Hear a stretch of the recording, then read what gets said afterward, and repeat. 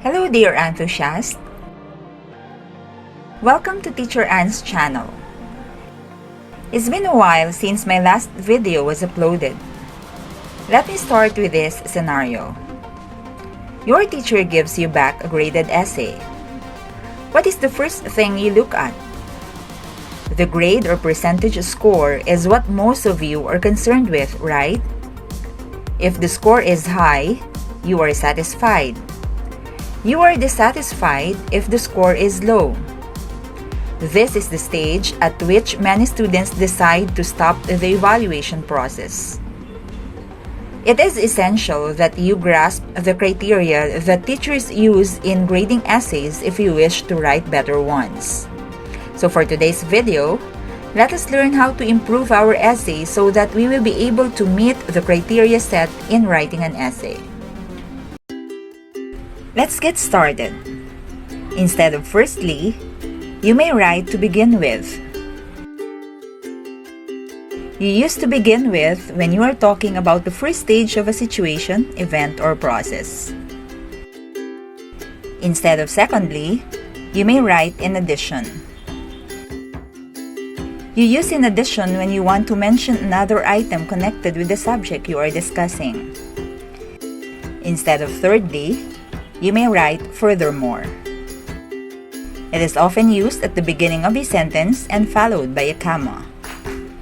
Instead of lastly, you may write in conclusion. The phrase in conclusion means finally, to sum up, and is used to introduce some final comments at the end of a speech or piece of writing. You may also write bridging the gap instead of linking. To bridge the gap means to connect two things or to make the difference between them smaller. You can write fortuitous instead of lucky. It means happening by a lucky chance. You can write ubiquitous instead of everywhere. It means present everywhere or in many places simultaneously. You can write gratuitous instead of unnecessary. Gratuitous means not called for by the circumstances. It's better to use ameliorate rather than to improve. It means to make better. It's better to use superfluous rather than unnecessary. It means exceeding what is sufficient or necessary. It's better to use elucidate rather than explain. It means to make something clear or understandable. It's better to use feeble rather than weak. Feeble suggests extreme weakness, inviting pity or contempt. It's better to use ambiguous rather than unclear. It means being capable of being understood in two or more possible senses or ways. It's better to use trivial rather than unimportant. It means of very little importance or value or insignificant. It's better to use likewise rather than similarly. It means in a like manner. It's better to use inaccurate rather than wrong. It means not correct or exact. Use substantiates instead of proves. Substantiate implies the offering of evidence that sustains the contention. Use disparity instead of difference. It means inequality or difference in some respect. Use peculiar instead of odd. It means distinctive in nature or character from others. Use regarding instead of about. It means with respect to or concerning. Use despite instead of although.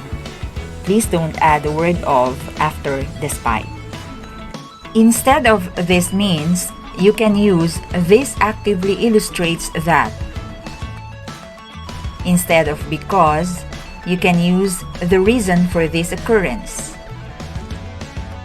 Instead of so, you can use thus, the conclusion is that. Instead of and, you can use as well as. Instead of firstly, you can use in the first instance. Instead of in conclusion, you can use taking everything into account. Instead of this essay talks about, you can use this essay discusses. Instead of also, you can write moreover, furthermore, additionally. Instead of but, you can write however, nevertheless, although. Instead of bad, you can write dreadful, appalling, egregious. Instead of describe, you can write characterize, outline, delineate.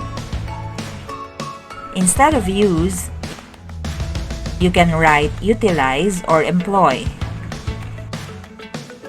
Instead of for example, you can write to illustrate, specifically, for instance, markedly, including, such as, particularly, as demonstrated by.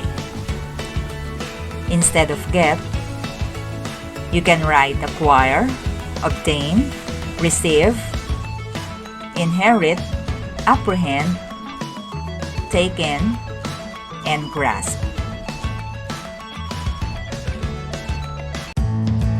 Despite the fact that we are encouraged to employ simple words in our sentences, there are some occasions in which we are expected to write a specific number of words in our composition. I hope that the vocabulary words are introduced to you today will assist you in improving your writings and using more compelling language in them. For today's words of wisdom, start writing no matter what. The water does not flow until the faucet is turned on. Word of the day, stellar. It's an adjective which means exceptionally good or outstanding. Used in the sentence, his submitted write-up has received stellar rating. Till my next video, dear enthusiasts. Please don't forget to subscribe, share, and like this video. Thank you for watching.